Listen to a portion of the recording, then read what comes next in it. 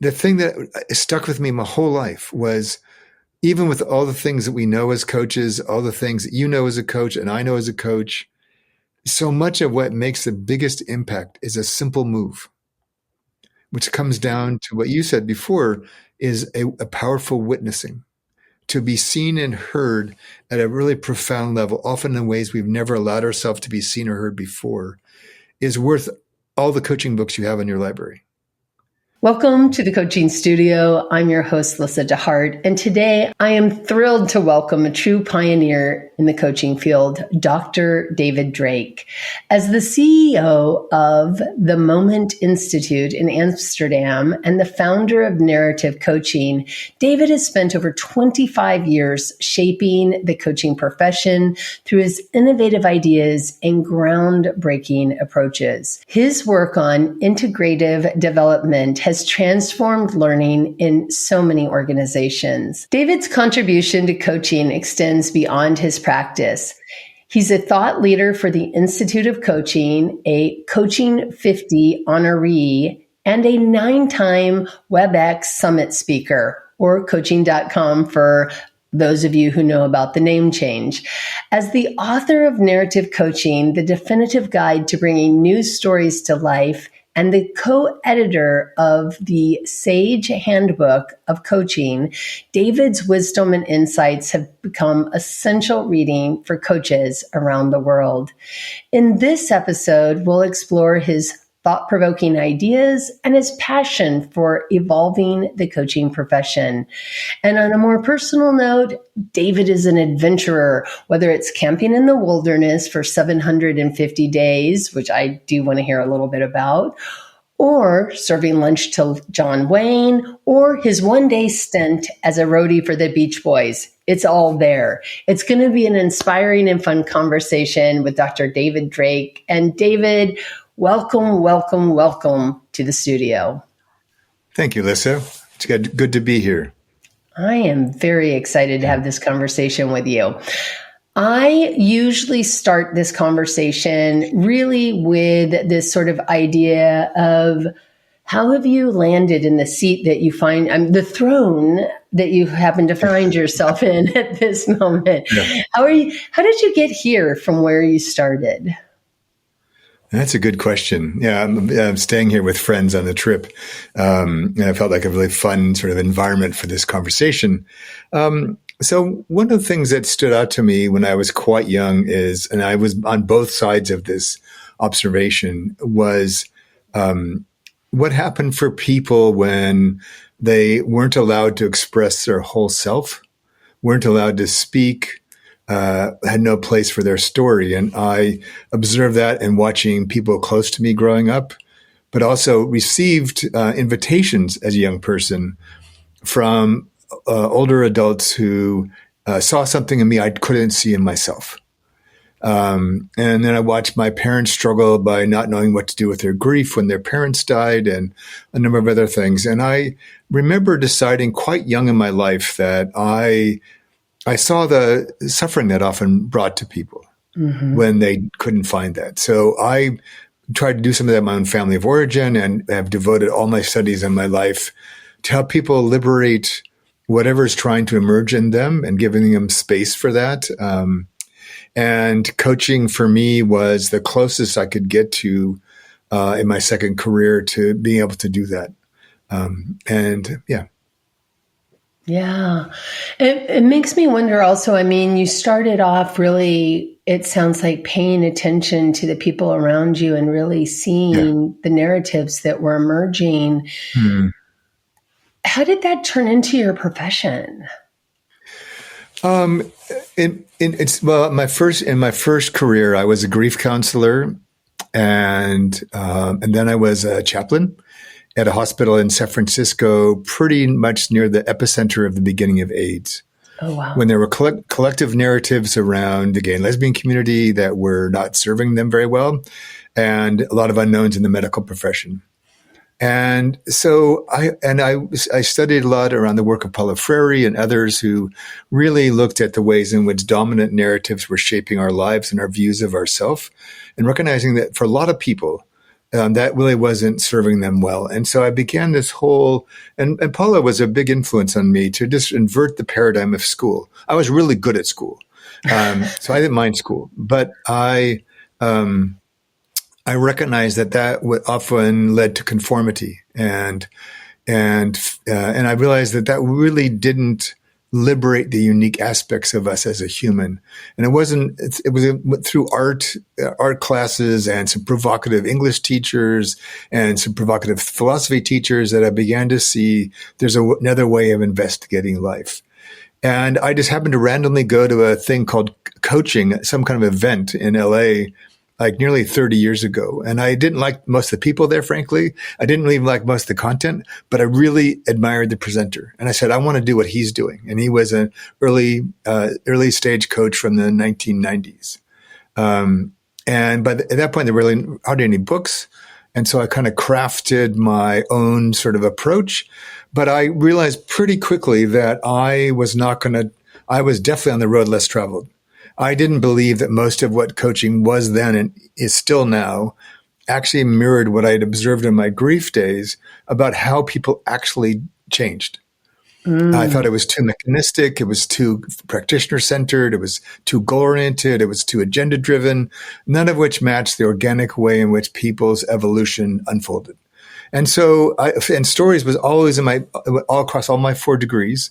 And I used my PhD to say, I'm going to bring some science to this and some research to this to not only make an alternative case for coaching, but to justify it by saying, here's a whole, 1,000-year history of a narrative understanding of the world through indigenous cultures and others, and looking at social narratives that for me felt like it was not only more useful, but more accurate in terms of reflecting the kind of forces that are at play in people's lives. Yeah, what's really showing up for me as you talk about this is the work of Joseph Campbell. Also, I just remember how powerful that idea of just cross-culturally, how stories flow through all of the cultures and how we align or don't align with those stories that are maybe part of the more popular narrative. Yeah. Yeah. I mean, I'm assuming this is really what inspired you to create the narrative coaching perspective that you've really, the theory that you developed for narrative coaching. What all has really shaped the way that you have created this program?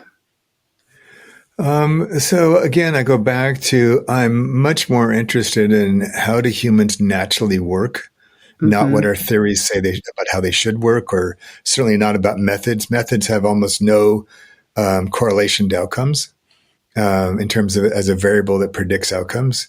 All of the variables that have any significance by far have to do with the client and the client relationship, far more than anything else. So I started looking at sort of other sources of understanding that would help me understand how to shape a change journey with a person. And so we view that we're walking alongside a human that's undergoing a process, conscious or otherwise.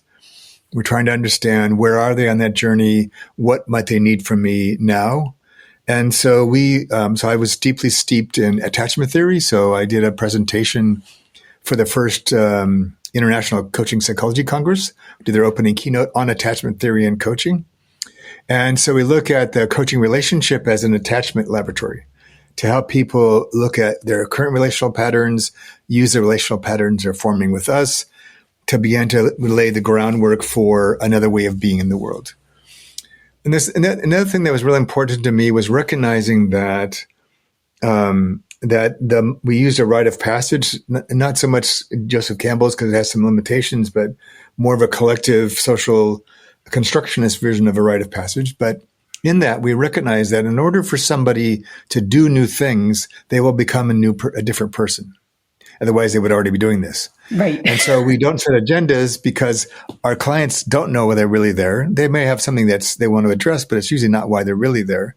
So we don't even ask. So our first step is really what we call situate, just to welcome them, accept them wholeheartedly with as much compassion and kindness as we can, help them relax, be in the moment, figure out what are they noticing. And that's where what needs to happen starts to happen. And then the rest of the work is helping them understand their current narrative, understand the implications of that narrative, and then looking at the parts that they want to change. And then we do a lot of create a lot of powerful experiences for them and a lot of powerful experiments for them, so they can start to work with that narrative and say, what does this narrative need to do in order to free me to do what I want to be doing? So the person who's going to accomplish something from coaching is not the person who began. Right. So again, we don't set goals, because if I ask the person who's beginning, what do you want over here? They have no idea, because they've never been over there before. Mm-hmm. And so they don't know. They might say, I want to be X, I want to get promoted. Well, but their understanding of why they want that, or what that looks like, or what kind of promotion they want, or is totally, because they've never been promoted into that place. So how would they know what they really want?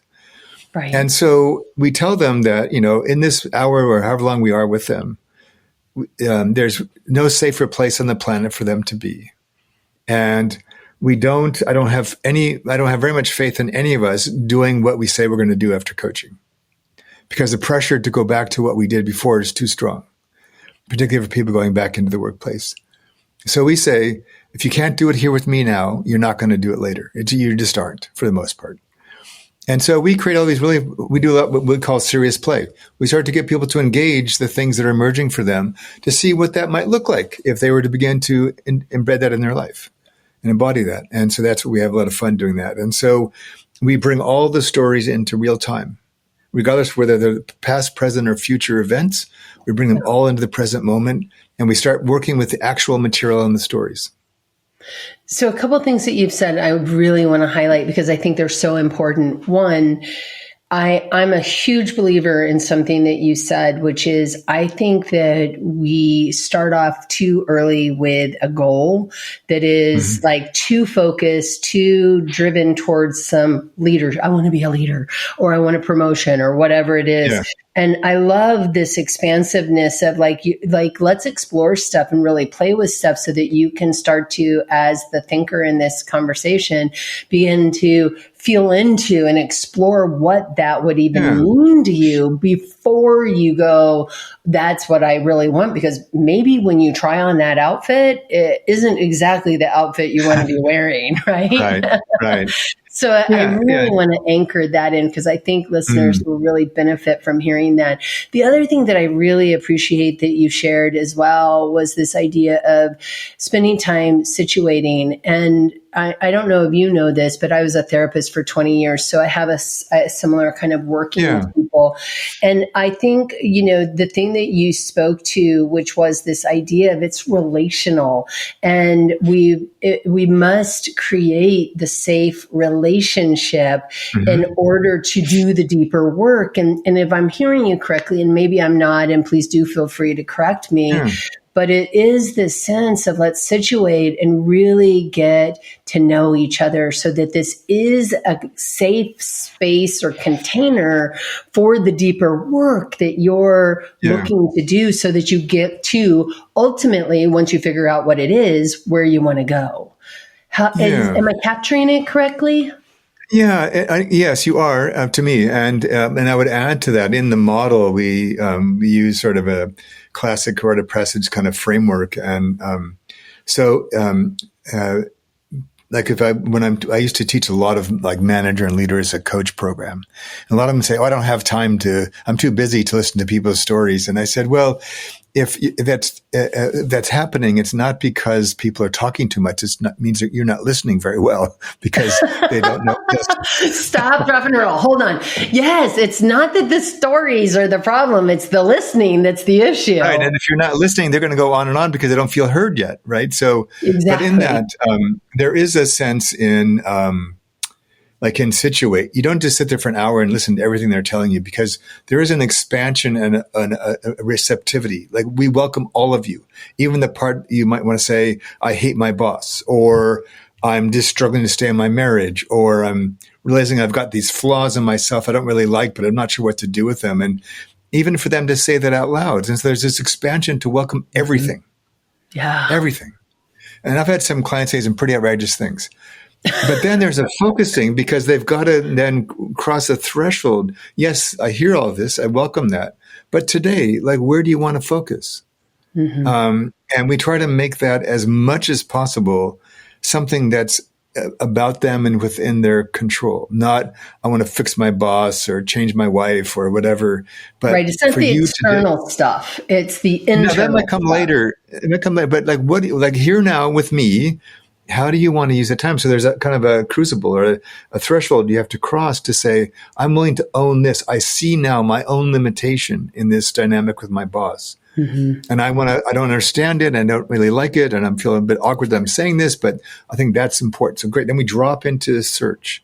So that's where we then explore that and only that. Like, what is it about that dynamic with your boss that activates a part of you that you'd like to change? And so we might do some experiences of that. So what does your boss sound like? And I might sound like that to them. I might treat them that way to watch them get stirred up.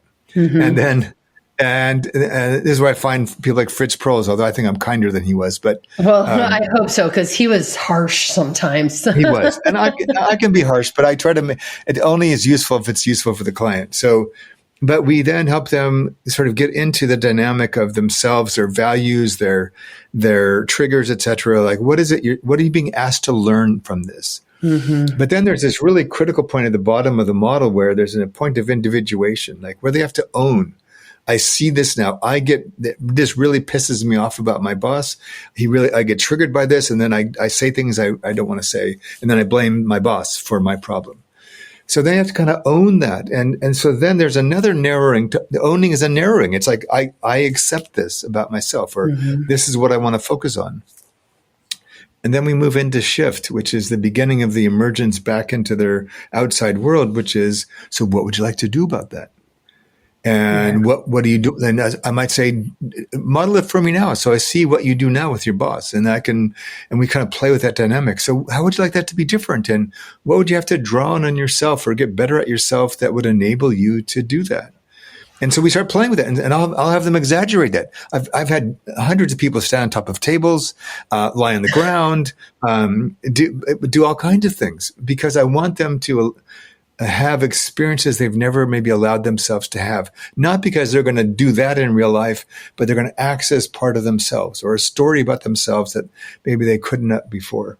And then in that, they're going to start to get some ideas about, I could see how this would be really helpful. And I could take better care of myself if this comes up, so I'm not so triggered. And then we say, so great, we're going to head up to sustain, which is the going home. So what of all of this would you like to take with you? And where would you like to begin? So we architect some early experiments for them back in the workplace. And then when we see them again, we then harvest those experiments.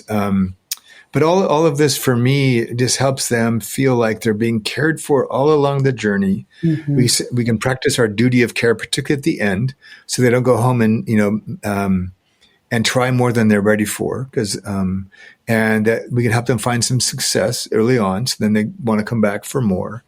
And in the middle of all this, it's as much as we can, we don't introduce any psychological terms. I don't use coaching terms. We only talk about the vocabulary of their stories and the gestures of their stories, their postures in their stories, their facial expressions in their stories, because anything that they're going to do that involves change has to be experienced in their body, because their body is carrying this.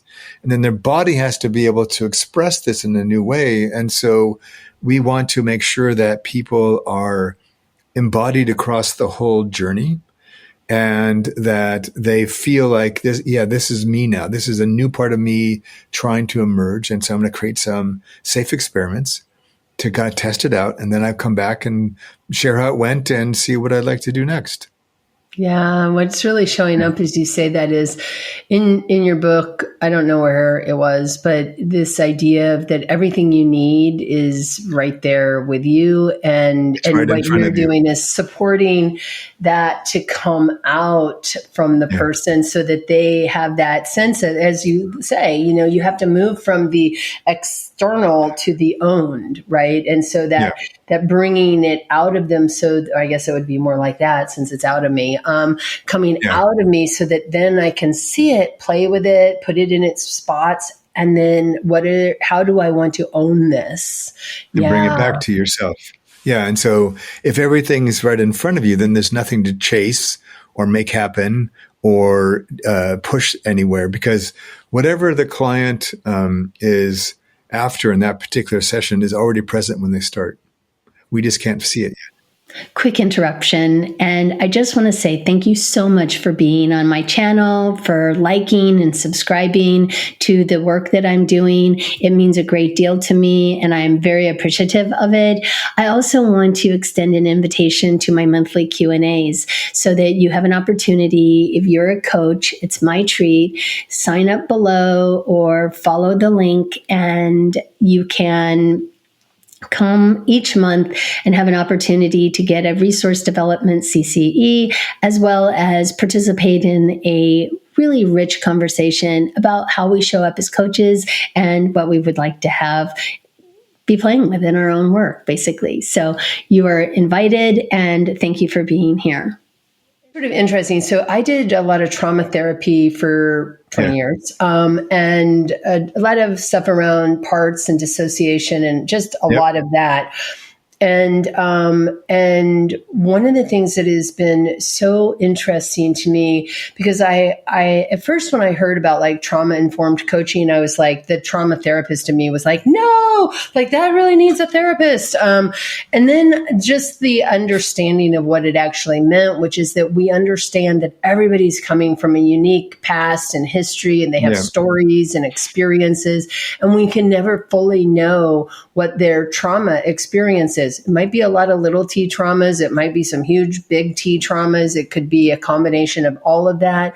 But something that you said was, you know, we're here now. And that idea of when this story shows up from the past, I'm often, when I'm training with coaches, I often say it doesn't matter that it happened yesterday in a meeting or 25 years ago, doing something else, because as soon as they brought it up, now it's here today. It's here and present. Yeah, exactly. Yeah. And that's really what was showing up for me as you were talking about that. I really appreciate that perspective. I think it's important for people to understand. You know, and one of the legions of controversial things I say all the time in the coaching space is, what are we going to hear? Controversy? Oh, I have dozens of them. That's because again, I just didn't really buy into most of the assumptions upon which coaching was based in some ways. But so for me, I don't use coaching as a frame, because a lot of times when I used to travel a lot more before the pandemic and did a lot of demos of narrative coaching, I'd have these giant courses in the room saying, well, that's not coaching. And I said, and your point is what? And I said, I'm not interested in that question, because I found coaching a really valuable, wonderful community. It was the closest I could come to my first profession. I didn't want to be a therapist, but coaching felt like a better fit. But I also wasn't willing to subscribe to the orthodoxy of coaching either, because I didn't really believe in it that much. And so I said, my job is to be in integrity with myself, to know myself, know my limits, know my geniuses, like I invite everybody to do, and then integrity with my agreements with my client, and maybe a sponsor if there's a sponsor involved, so that we're in agreement about it. So they're hiring David. So David has 4 degrees, 45 years of experience in the end. And I know a lot of things about a lot of things. And there's also a lot of things I don't know, and I don't go there. So, but the things I know, I want to make all of that available to a client, all of it. And as long as we're in agreement that what we're doing is serving them, then I'm not interested in whether it's coaching or not. And so I think I observe now in our students that more and more people are doing the same. Now, I will say those are people attracted to working with me who want that permission. But I think there's a big movement afoot to both articulate and expand the notion of what is coaching, because I feel like our clients need way more for us than most coaches realize and are prepared for. And so that's why I wrote about maturity, and I feel like there's something that's being asked of us now as an industry that I'm very keen to support. Yeah. Here. So okay, I'm just going to play devil's advocate just real quick because Excellent. so I personally, I really do like the competencies, but that's not the devil's advocacy part. So many people come into coaching and they get trained as coaches, but they do not have that therapeutic background that you have, that Yeah. 45 years of experience of working with people. And I think there's something around the safety that it creates, not just for the coach to have a framework, but also for the thinker they're working with, so they don't accidentally do harm because they don't understand the way to create psychological safety. And so one of the things that, often I think about, I have an art background. So my first degree was in fine arts. And I think about how when I started in art, I had to learn how to look at a hand and draw a hand without looking at the page so that I could learn how to have eye-hand coordination. And it wasn't I was, drawing an amazing piece of artwork, but it was that I was learning a skill set that would allow me to then begin to play in a broader field, if that makes sense. Yeah. And so my question to you is, is it really that the framework of coaching isn't useful, or that it's not a place to stop? So I agree with most of what you said. I would say it's not a place to start, not stop. Okay. Tell me more. So my most common, I've said this so often, but my most common feedback to coaches, especially when they're beginning, is please stop coaching. You're missing most of what's actually happening right in front of you because you're trying so hard to do a good job coaching. Yes. And so I totally agree that your fundamental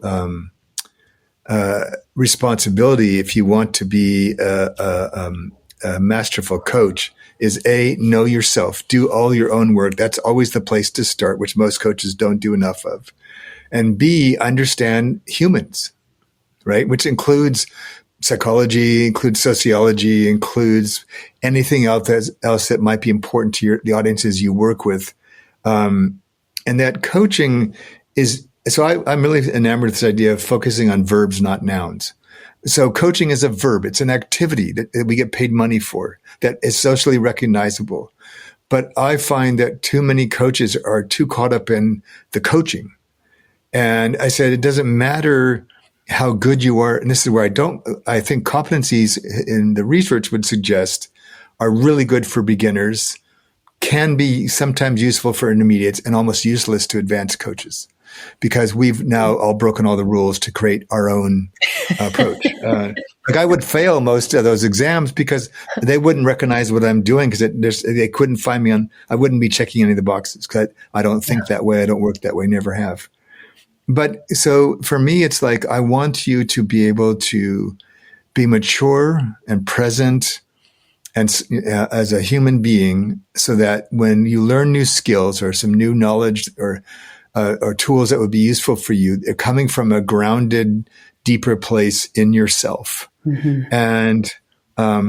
And so and then it goes back to my commitment to integrity. So if you don't, if you've never dealt with some significant losses in your life, you're going to have a hard time being very useful to people going through like layoffs, or, they lost their job or their mother died or whatever.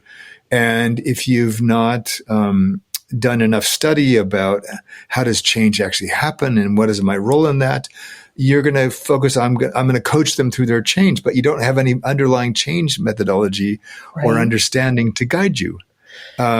And so that for me, I think starting to look at assessing ourselves and guiding our development in ways where coaching is one of the tools we can use or one of the strategies we can use, but it fundamentally is not the point.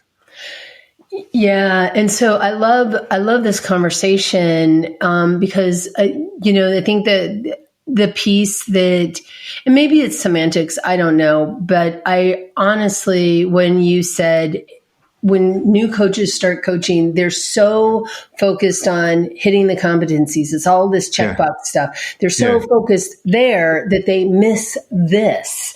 And, exactly. and so like, just stop worrying about the coaching. Let's first learn how to connect, how to be present with, how to really listen deeply to the human being that you are sitting with in this moment.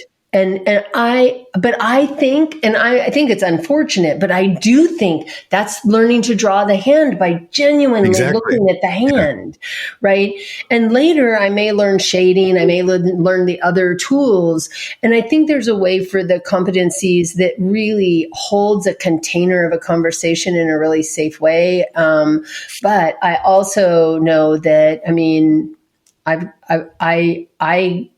I probably coach within the competencies, but I don't think I coach like a person who sounds like they're coaching within the competencies. But that's because my style has done what you're talking about, is as we develop and grow, our styles change. But I think that point is so important and so salient, which is first learn to be with people, do your own work, get your own coaching, get your own therapist if you need more than a coach, really do the work, because there is a sense of, if you've never had a really horrible thing happen to you, how do you empathize? And vicariously, if you've had a really horrible thing, have you done the work so that you're not just like, yes, me too?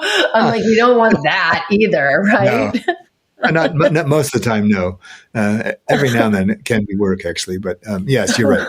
That has to be thoughtful, though. That is not something you want to just drop into most coaching conversations. No, but if you've worked with this client for 5 years and you've built that kind of relationship, and I've had some of those where we've shed tears together. Yeah, and there can be really beautiful moments in coaching, and this comes back to, does this serve the client and the client relationship? Yes. And if so, then, and I remember once when I was coaching the most workaholic person I've ever met in my lifetime, it didn't help. And this is where, again, going back to knowing myself, he had the same profession as my father. He looked like my father, only a bit thinner. And he was basically killing himself through his workaholism, as my dad did sometimes. And at one point I just stood up, and I liked to sit behind his desk when I was coaching him, which I thought was really interesting.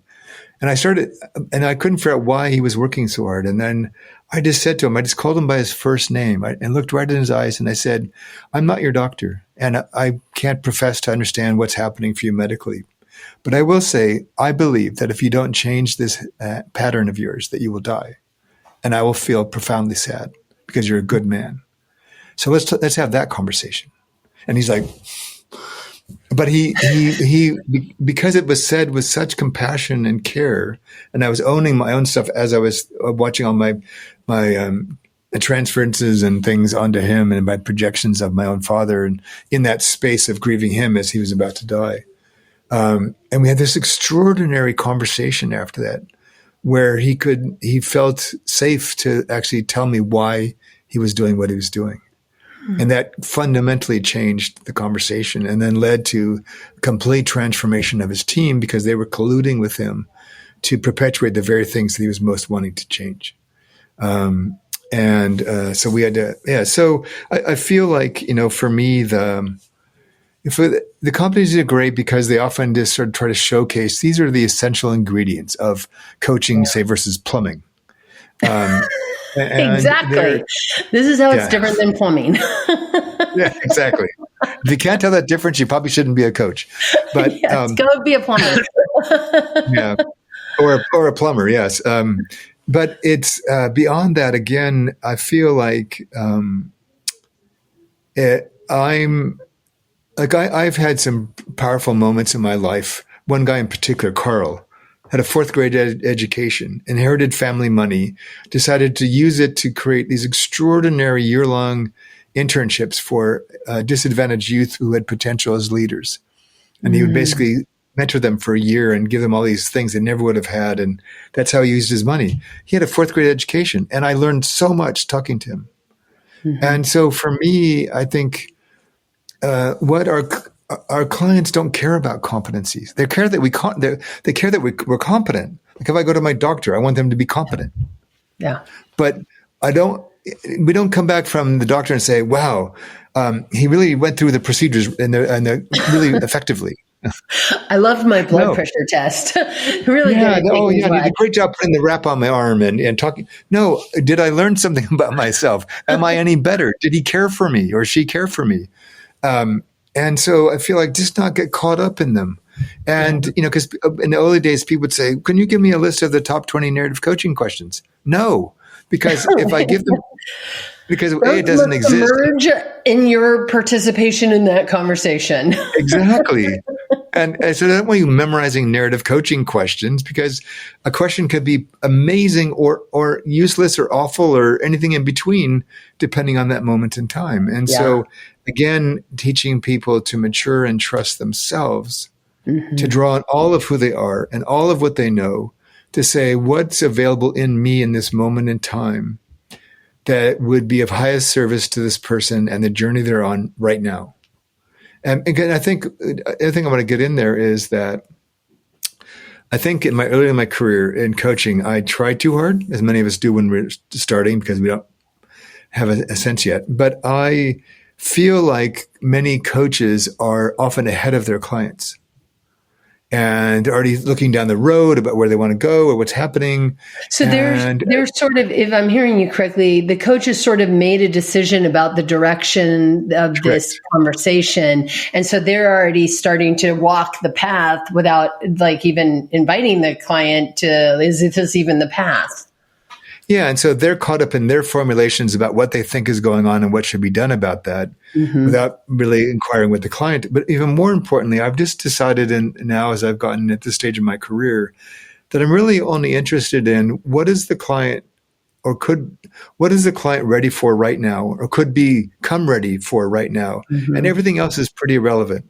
Because if they're not ready for it, they're not going to really absorb it. They're not going to really do much with it.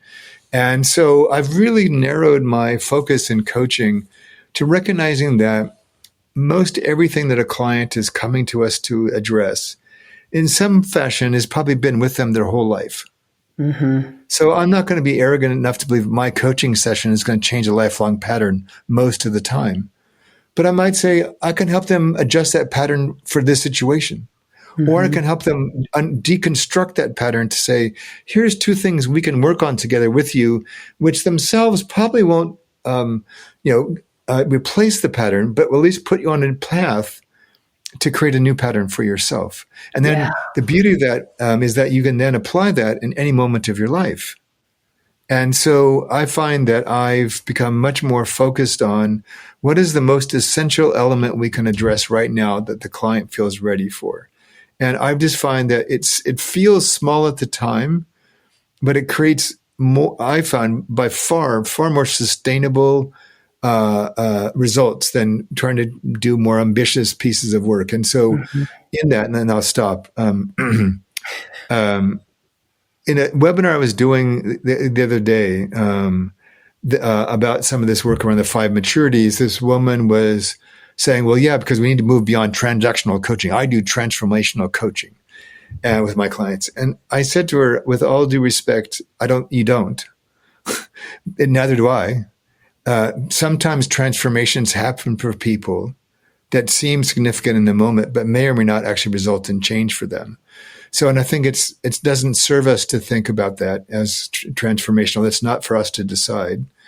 But secondly, I said, it's the felt experience about that they're having, and whether or not they choose to change or not, it's their experience. We're just the witness to the experience. Exactly. And in time, they might look back and say that, wow, that was a pivotal moment for me. I'm so grateful for that. Or it may have just been, in this moment, I feel a bit of relief, or I feel a bit of awareness I didn't have before. So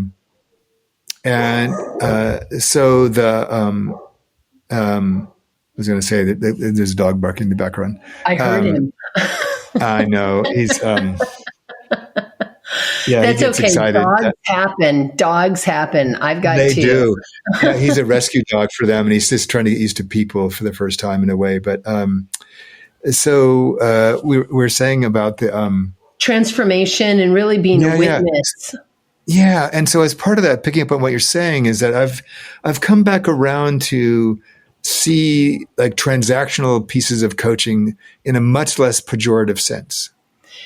And so, and the easiest way to explain that would be, so one of the things we work on with our narrative coaching students is disciplining themselves to pause after the client stopped talking before they rush in with the next whatever. And in that space, all kinds of things are happening, right? That we often can't see. And so we think nothing is going on. I better say something. When in reality, so much is happening. And so for me then to help you, say if that was you, and you wanted to get better at pausing, one of the places we would begin is having you work on your breathing. So for example, we teach our narrative coaches as when the client stops talking, exhale. So you can't talk because you're exhaling. You've got no air. Your body relaxes. Excellent. Does the exact same thing. And it calms you down and gives you some space. And so it creates these opportunities for people to have these small wins and begin to see, where else in my life do I not breathe in accordance with what's actually really happening? And what do I notice about this pattern? Oh, I have such urgency to be helpful. Oh, I feel something uncomfortable about this person. I better do something. And so this changing the transaction of your in and out breath opens up the transformational potential for yourself. And which then allows you to notice that well enough to then help the client do the same thing. So a client feels an urgency to answer your question. Let me just pause you for a minute. Why don't you just sit back in your chair, take a deep breath, bring the question up again in your mind, and see what comes up this time, right? You might discover some things that you weren't aware of when you felt this compulsion just to launch back out with your answer. Yeah, no, I think that's beautiful. You talked about the 5 maturities, and I'm wondering if you could explain that a little bit more so that there's a frame of reference for what you're talking about. Yeah, it started through a random event, as many good things do. All good things, probably. Pretty much everything. We had to give ourselves this comforting illusion that there's actually purpose and planning, But ResearchGate, which is an online platform that tracks publications, sent me a notice saying, "Hey, there's this article that you might find interesting." And it was an article about a group of folks from the UK, mostly, I think, who did this thing on team coaching competencies. I didn't really care that much because I don't really track competencies, but I thought I had this intuition. I should read. I should look at this. And in there, they mentioned that they were working on a project with ICF. They actually helped ICF write the team coaching competencies. And they said, the model we found best to use in the end to build these was a piece I'd written like 10, 15 years ago. So I thought, cool. Then I thought, yes, but if they'd told me, I would have given them a much more current version of that model. But which would have been nice. So what's that? I said, which would have been nice. It would have been very helpful, but that's okay. And I've since sent them the report. But that said, well, maybe there's still some juice in that. So I went back and said, what do I think about all that now? And I've thought I've written a lot of papers in the early days about evidence-based coaching and stuff. And so one thing led to another, and 90 pages later, and I wrote all this when I had long COVID and massive brain fog, which was an entertaining way to write. But I'm very proud of what we came up with. And the 5 maturities was basically recognizing that coaches chase content too much, I believe. They work too much on what am I doing as opposed to who am I being? And I started to realize that to actually truly master a craft is built on a foundation of maturity. Otherwise, you see coaches that can mimic good skills, but it doesn't really come authentically from them. They're just parroting what they were taught to do, which is a developmentally appropriate stage in the beginning, but not a good way to continue as a practitioner. Right. And so I just said, well, let's start with the most familiar, which is competency. What kind of maturity would you need? So you need a professional maturity.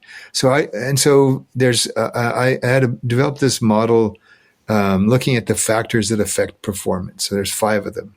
So I said, and competency and knowing what to do was one of them. And so I just laid out a maturity for each of the 5 masteries that mapped this performance model. And so the first one was personal maturity, your capacity as a human being to show up. What can you draw on? How well can you self-regulate? How much have you done your own work? Do you have a fundamental starting point as a practitioner? And that allows you to have, like I said, the mastery in that space is capacity. I have the capacity to be with grief. I have the capacity to be with different kinds of people. I have a capacity to recognize my own biases as a white man, right? And to see how that might be showing up in my practice.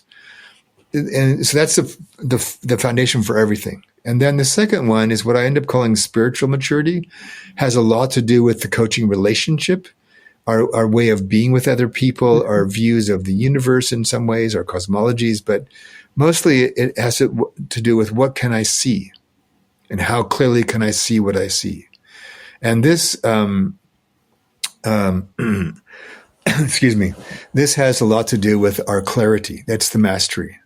Our clarity about what's actually happening, what we're paying attention to, what we're noticing, what values are in play, how do we discern things about what the client is really looking for. And then that leads into the coaching exchange, which is professional maturity and competency. Do I understand the basic processes of the field I've chosen to be in, which in this case is coaching? And this is again where the wait a minute, plumbing, coaching, teasing. Coaching, I know, but it's true for any profession. But well, coaching and to your point before, this is where competency models can be really helpful. Mm-hmm. These are the basic expectations we have of people who want to call themselves a coach. But competency is only one of the 5 masteries. It's not the primary. It's not even the most significant one in a way. So I know a whole bunch of people in my life that know absolutely nothing about coaching that I would go to long before I would go to many coaches, because we know each other for a long time. They're wise people. They know me well, or they have a way of being with me or a way of being in the world that I really appreciate and I'm drawn to in that moment. I don't want to be coached by them. I want to just have a conversation with them. So, so when we've kind of mastered our ability to participate in an industry like coaching, I know the basic elements and processes of coaching. Then it comes down to, yes, and one of the things that isn't often taught in coaching, and I don't believe enough, is the 4th maturity, which is social maturity. This has to do with your environment. Can you read the room if you're doing, like, say, team coaching? Can you discern what might be different about how this person sees the world compared to how I see the world based on their background, their gender identity, their race, their religion, whatever? And where are they on their journey? Like, if they're just like 10 minutes ago recognized this huge epiphany, like, oh crap, this is all about me in the end, isn't it? Oh, well, then you don't want to leap in with an action plan or a goal, or because what are you going to do about that? Exactly. They're not going to. It's not that you're incorrect. You're just premature. You didn't understand on their change journey. They're on the first step. They're not thinking about the finish line. They're not thinking about the 9 steps. They're just thinking, like, oh my gosh, I had not even seen this in myself. So we want to attend to that. Well, that's social maturity. You read read the situation you're in, read the environment. And then the last one is what we think of as contextual maturity. And that's the ability to stand in any moment with any human being with all of the other 5 maturities and masteries at your disposal and say, what do I know about this context in its gestalt that leads me to understand who and what I might need to be in this moment in time? And so we have this thing we teach in our integrative development program about the art of speaking plainly. How do you speak the truth with deep compassion and just name things? No attachment, no judgment. Just this is, so I might say to a client, I really appreciate your passion in this. I hear that. And I'm just not seeing how this is going to work. And I'm not saying it's not going to work. I'm not going to say I'm not judging them. I'm going to say, I'm not hearing a path to a solution in this for you. So tell me I'm wrong. Show me, let's talk some more. So, for me, it's like the contextual is, creates credibility. It's internal credibility because everything I'm saying is coming from the wholeness of me. I can understand and articulate what I'm doing and why, if somebody asks me. But also it works better and it works more often because we're coming now from this sort of holistic stance that's including all the masteries, all the maturities, to say, what if, and this is where we're, in the paper, I talk a lot about, we're moving from an era where we're rewarded for being competent at implementing what we were trained to do, which is fine. There's nothing wrong with that. I want to, I want people that know what they're doing, but I think that's just the beginning now. Yeah. And like true mastery is not more of that. True mastery is what I think of as conscious improvisation. I 100% agree. Speak more to it. Yes, please. Yeah. So it's like, how astutely can I discern? That's why I used to do a ton of retreats, and we both have old colleagues in common up in your part of the world that hosted many of them. I can discern now within a moment in time, where's the opening for this person, near as I can see it. And I always check it out first. I don't ever make that assumption, but, and that's where I want to put my energy. So I can improvise in any moment and be willing to let go of this path I thought we were on, except for using what we think of as structured emergence. Mm-hmm. Something has come here that seems to want our attention. There's a character in their story. There's a shift in their body posture. There's a whatever. So something's trying to come through this process. Let's go attend to that and bring that forward. And who do I need to be in that to be able to make this work? Yeah. And this is exactly the space that we're talking about too, where if I'm really anchored and like focused on a tool or a competency, like how am I going to demonstrate evokes awareness and trust and safety right here? We've missed this emergence, and we're not fully engaged with the human being in front of us. And so we miss this amazing opportunity to then really, whether it is like anchor the awareness that just showed, like, what was that just showed up? That was amazing. What just happened here, right? Or if we are like thinking like, and so where do you want to go from here? Very different question. Exactly. Well, and so the being in partnership is really what I'm hearing. Yeah. And part of that is to recognize that so much of this is mystery. Yeah. And I think a lot of coaches, especially in the beginning of their journey, feel like I've got to know what's happening so I can be on top of it and kind of be ready to do what I'm going to do. And so again, that's why I'm focusing more and more in our programs on maturity. Can you sit there when you have no idea what's happening, no idea what's coming, no idea what's you should do next, but trusting the emergence of that moment in the container you've created, trusting the client to do the best they can to show up, and then see what happens. And for me, when I used to travel more to do demos, people would say, well, how did you know to ask that? I said, I did not know to ask that. I just sensed that this might be useful. Well, how did you sense that? And I said, because of this, this, and this. Well, they weren't things, they were looking for clues about what coaching technique to use next or what question to ask next. And I'm not paying attention to any of that. I'm just saying, what does this moment tell us? Like, so I feel a shadow falling over the person's face, or there's this slight slumping, or they avert their eyes when they talk about this part of their story. I have no idea what that means, nor do I need to know.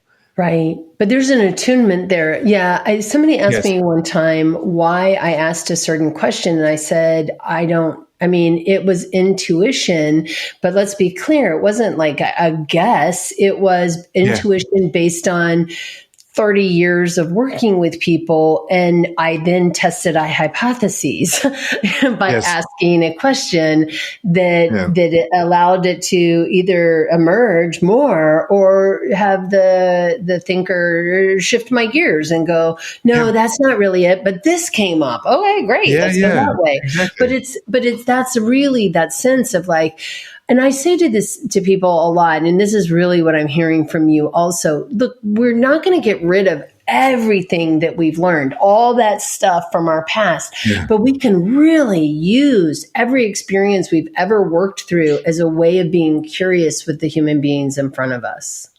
Yeah. And I really appreciate that. Yeah. David, what keeps you grounded and continuing in this work? I just find humans fascinating, and that curiosity has never gone away. And so I continue to study. So this year and usually I have one area of a deep dive for myself. This next year, well, it's already started. I cheated. I got a head start, but the study next year is going to be a deeper study of Taoism, to remove some of the judgments that we have in the West about things as being good or bad, for example.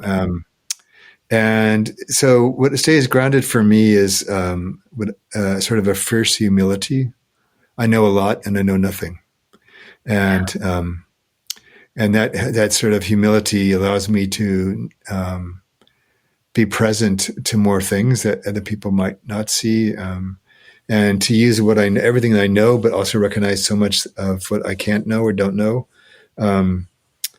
And then I think the reality is the world is changing far faster than we realize, and far faster than I believe we're often doing a very good job keeping up with. And I feel like we're entering this very volatile period in which provides even more reason to, I think, reimagine what coaching is. I think a lot of coaches are going to be caught, as my Aussie friends would say, on their back foot, in terms of what's happening, the scale of what's happening, the consequences of what's happening, and so for me, what keeps me grounded is I'm kind of going back to certain things I've studied earlier in my life. Ironically, my PhD came out of my narrative coaching came out of my PhD, which was a joint degree in human and organizational development. And I'm finding now that I'm going back to my roots in theology and sociology, not in terms of religion, but the study of bigger questions, the study of the human race in context of the planet. Because I think that's the scale at which a lot of the issues our clients are bringing. And a really classic example would be that, there's a lot of interest in this space around burnout. For me, burnout is not a problem. It's a symptom of much bigger problems.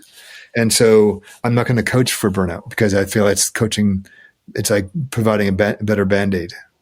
And so I feel like coaching, especially if we see it as a verb, I think there's going to be, in the very beginning, coaching just vacuumed up a bunch of parameters from psychotherapy, like the idea of an hour, right? And charging money for an hour and whatnot. I feel like the better coaches that I see coming through our programs have a wide variety of backgrounds. And we're teaching them not to, as you said, not let those go, but how can what I'm teaching you enrich what you're already doing? And I feel like that's more and more we're going to put less about out of loyalty to the coaching dogma and more to these sort of trans-theoretical communities of people with divergent backgrounds, but a common passion, common kind of skill set or area of interest, who are helping each other evolve much more quickly. It's not about more certifications. It's not about more coaching things. It's about we need to become wiser, more robust human beings to hold space in very complicated spaces now with no easy answers. And we need to be able to, I think, partner with other players in ecosystems who are trying to make a difference, because only a very small subset of people can afford coaching, even with the platforms, even with AI. And coaching is a very individualistic activity, even at the team level. It still is in many ways. And And I go back to a frame that I learned years ago from another thought leader that around the creation of integrative development, which is it doesn't serve us or them well to send changed people back into unchanged environments. Because the Yeah, environment will win. absolutely. Absolutely. Yeah. And I so mean, I think it's a great opportunity for coaching to kind of really stretch and reimagine itself. No, I agree. Because I mean, Yeah. the same thing would happen with trauma work. I mean, it's very difficult Mm. to find yourself and to become really strong and capable of taking care of yourself if you're still living with whoever it is that is the problem Yeah. for your it's traumatizing you, right? Like that's a big ask, and it's unfair because to your point earlier, we're so habitualized to how we react and respond to things that I can react and respond to you differently than to them because I don't live with you 24/7, Yes, exactly. and so it is. I think that is really, really important also that we are the context of what we're asking people to change. And so if you're working in an organization and it's got unreasonable deadlines, you're not going to change the organization and the unreasonable deadlines. So just changing yourself may be enough, or it may be also recognizing that I maybe need to look for an exit strategy to a different sort of place where I have different kinds of things that fit better with who I am. I have a couple questions left. One of them is, what person, philosophy, you talked a bit about Taoism, but or book has profoundly impacted your personal and or professional growth? Well, I probably have read 3,000 or 4,000 books in my life. So I'm asking for one. I know. But Let's see this library. That's what I need. no. So I'll give you a moment and a book. So the book that got me really hooked, even before my PhD, was a book called, I think it's called So Tell Me a Story. It's Roger Schenck wrote a book on stories, and that really set me off in this direction in the early days. I think I just started my PhD in my 40s, of really recognizing, there's a whole science behind stories. And so that was a game changer for me. But I'll go back to, probably even more important, it was when I was like in fourth grade or fifth grade, I was a smart but pretty shy person. And I had a teacher once who wanted me to speak in front of the class. And I was petrified because that's not how I saw myself. And she said, and you're also one of the smartest people in the class. But I didn't believe that. I didn't really see that, right? And she said, something to the effect of, of all the kids, I think you're the one that's best for this. I'm like, wow, like I've never heard that before. What a concept. And so I did, and I got lots of appreciations from my friends. And the thing her name was Mary Akita. So she's just passed away a while back. But the thing that stuck with me my whole life was, even with all the things that we know as coaches, all the things that you know as a coach and I know as a coach, so much of what makes the biggest impact is a simple move, which comes down to what you said before, is a powerful witnessing. To be seen and heard at a really profound level, often in ways we've never allowed ourselves to be seen or heard before, is worth all the coaching books you have in your library. Yeah. And so I think about, and I've got a lot of these little vignettes in my life that stand out that just help me remember, like go back to one of my funny factoids about serving John Wayne. I didn't really agree with any of his politics, and I didn't really care for his movies. But what an impressive man! In meeting him in real life, he was nearing the end of his life. He only had about another year or so to go from cancer. So it wasn't as big as he once had been, but huge presence, huge generosity, huge curiosity about me and how I got to that restaurant and why I was in this town in Colorado, and And I thought, wow, all my judgment about him just sort of melted away. I still didn't agree with his politics. I still didn't like his acting, but it didn't matter. It didn't really, because I thought, wow, I could actually see why so many people looked up to him just Yeah. because of the quality of human being that he was. And Yeah. so again, another reminder, just focus on the simple human elements. And what people need from us is not as complicated as we think. I think we overfunction sometimes as coaches Yeah. and work too hard when I don't think is as necessary as we once thought. It's Yeah. not easy. Some of these simple things are actually harder in a way, but I think they But matter that's more our than we work to realize. do. It is. Yeah, I would agree.